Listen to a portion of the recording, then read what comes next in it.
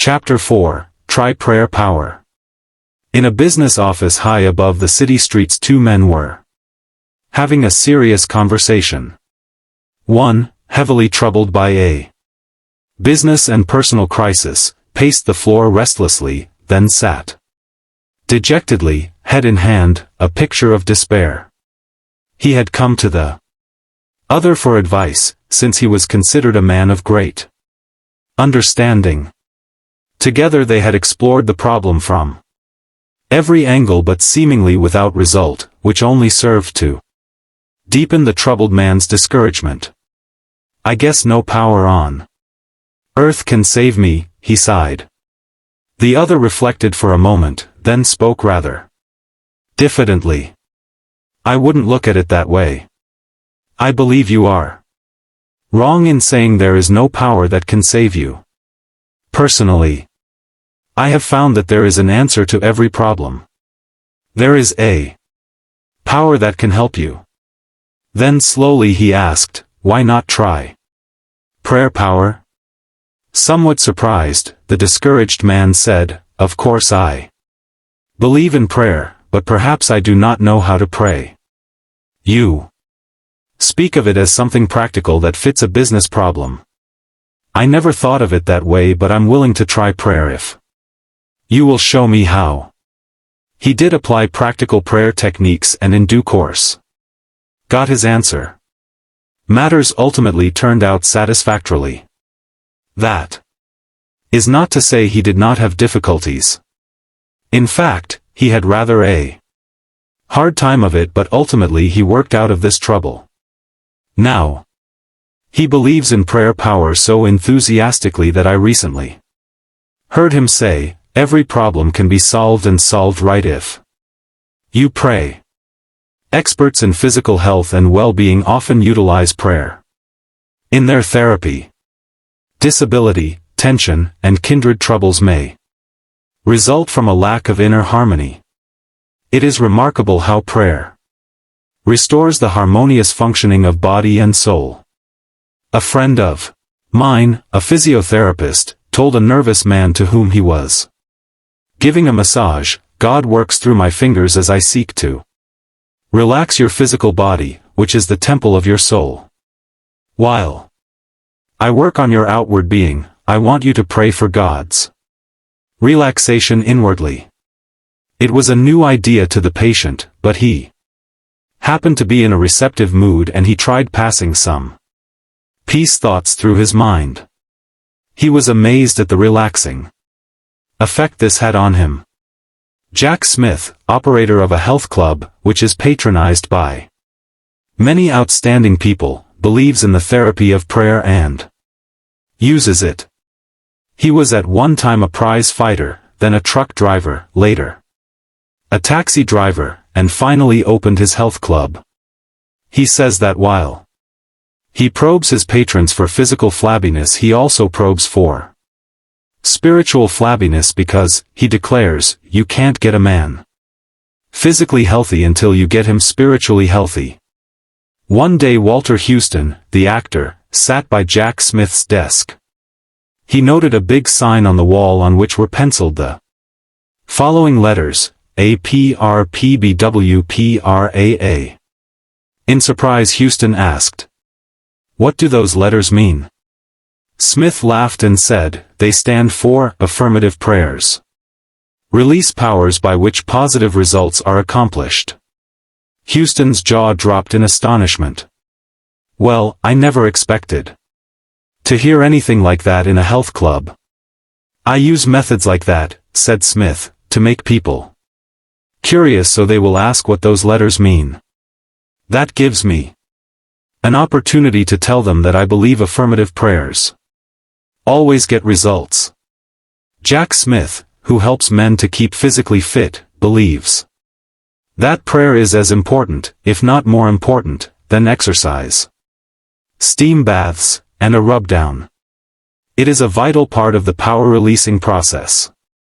People are doing more praying today than formerly because they find that it adds to personal efficiency. Prayer helps them to tap forces and to utilize strength not otherwise available.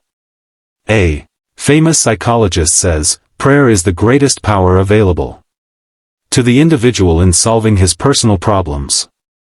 Its power astonishes me. Prayer power is a manifestation of energy. Just as there exist scientific techniques for the release of atomic energy, so are there scientific procedures for the release of spiritual energy through the mechanism of prayer. Exciting demonstrations of this energizing force are evident. Prayer power seems able even to normalize the aging process, obviating or limiting infirmity and deterioration. You need not lose your basic energy or vital power or become weak and listless merely as a result of accumulating years. It is not necessary to allow your spirit to sag or grow stale or dull. Prayer can freshen you up every evening and send you out renewed each morning. You can receive guidance in problems if prayer is allowed to permeate your subconscious, the seat of the forces which determines whether you take right or wrong actions. Prayer has the power to keep your reactions correct and sound. Prayer driven deeply into your subconscious can remake you. It releases and keeps power flowing freely. If you have not experienced this power, perhaps you need to learn new techniques of prayer. It is well to study prayer from an efficiency point of view. Usually the emphasis is entirely religious, though no cleavage exists between the two concepts. Scientific spiritual practice rules out stereotyped procedure even as it does in general science.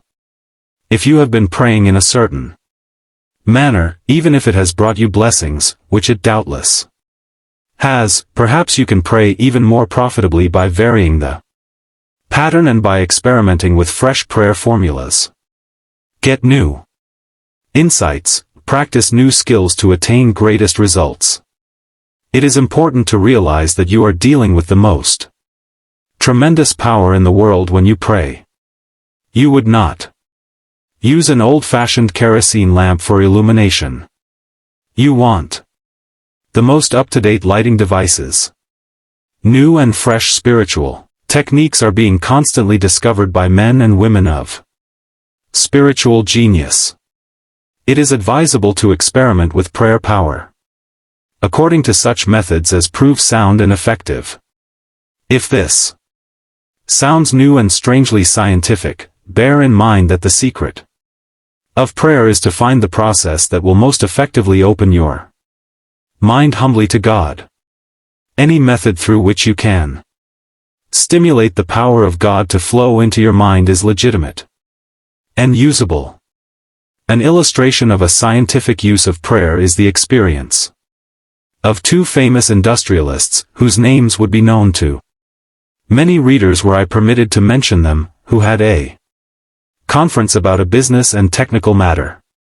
One might think that these men would approach such a problem on a purely technical basis, and they did that and more. They also prayed about it. But they did not get a successful result.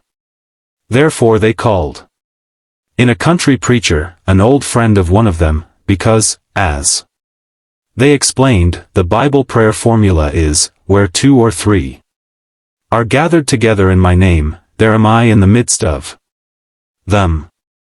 Matthew 18 verse 20. They also pointed to a further formula.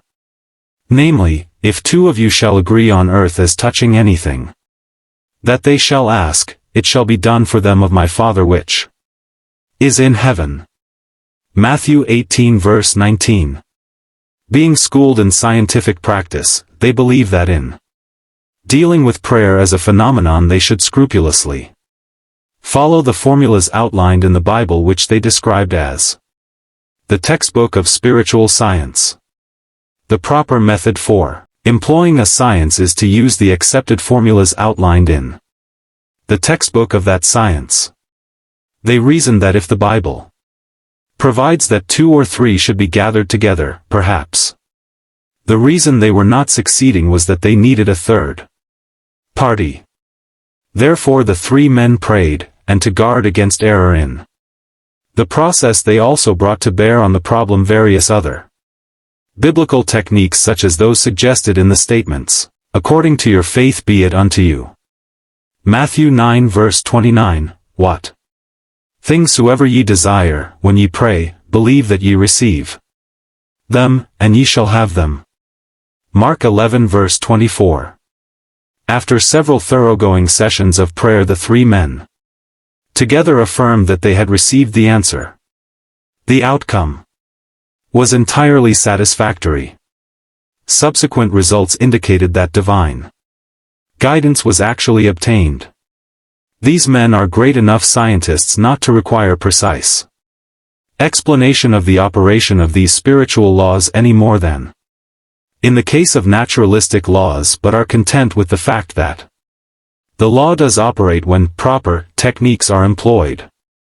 While we cannot explain it, they said, the fact remains that we were baffled by our problem and we tried prayer according to the formulas in the New Testament. That method worked and we got a beautiful result. They did add that it seemed to them that faith and harmony are important factors in the prayer process. A man opened a small business in New York City a number of years ago, his first establishment being, as he characterized it, a little hole in the wall. He had one employee. In a few years, they moved into a larger room and then into extensive quarters.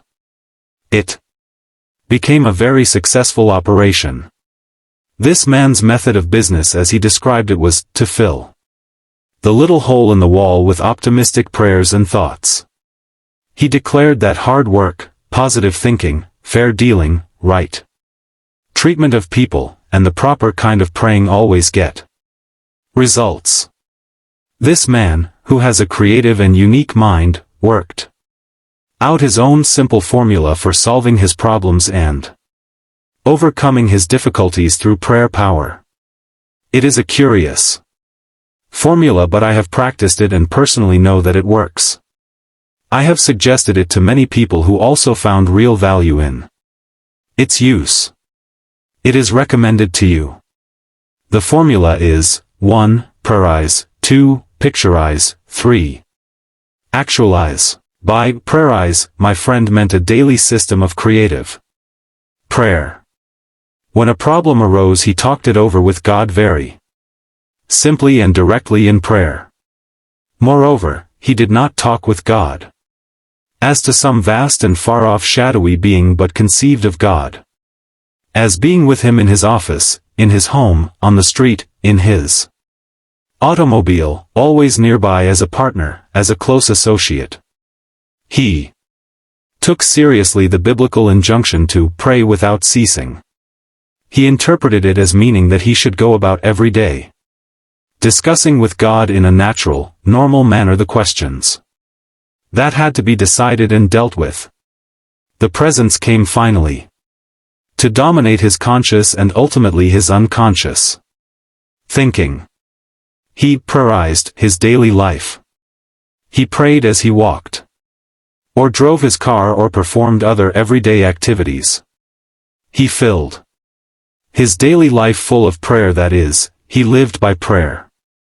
He did not often kneel to offer his prayers, but would, for example, say to God, as to a close associate, "What will I do about this, Lord?" or "Give me a fresh insight on this, Lord." He prayerized his mind and so prayerized his activities. The second point in his formula of creative prayer is to picturize.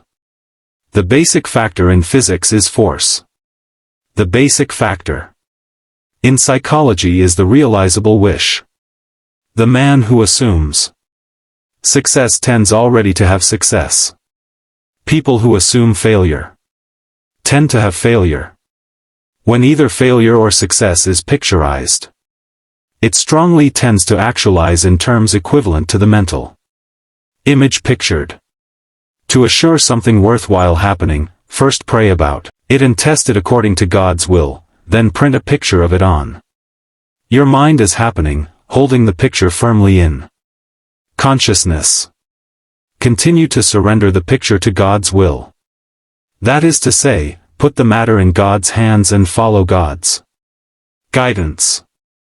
Work hard and intelligently, thus doing your part to achieve success in the matter. Practice believing and continue to hold the picturization firmly in your thoughts. Do this and you will be astonished at the strange ways in which the picturization comes to pass. In this manner the picture actualizes that which you have prayerized, and picturized actualizes according to the pattern of your basic realizable wish when conditioned by invoking God's power upon it, and if, moreover, you give fully of yourself to its realization. I have personally practiced this three-point prayer method and find great power in it. It has been suggested to others who have likewise reported that it released creative power into their experience. For example, a woman discovered that her husband was drifting from her. Theirs had been a happy marriage, but the wife had become preoccupied in social affairs and the husband had gotten busy in his work. Before they knew it, the close, old-time companionship was lost. One day she discovered his interest in another woman. She lost her head and became hysterical. She consulted her minister, who adroitly turned the conversation to herself. She admitted being a careless homemaker and that she had also become self-centered, sharp-tongued, and nagging. She then confessed that she had never felt herself the equal of her husband. She had a profound sense of inferiority regarding him, feeling unable to maintain equality with him socially and intellectually. So she retreated into an antagonistic attitude that manifested itself in petulance and criticism. The minister saw that the woman had more talent, ability, and charm than she was revealing. He suggested that she create an image or picture of herself as capable and attractive.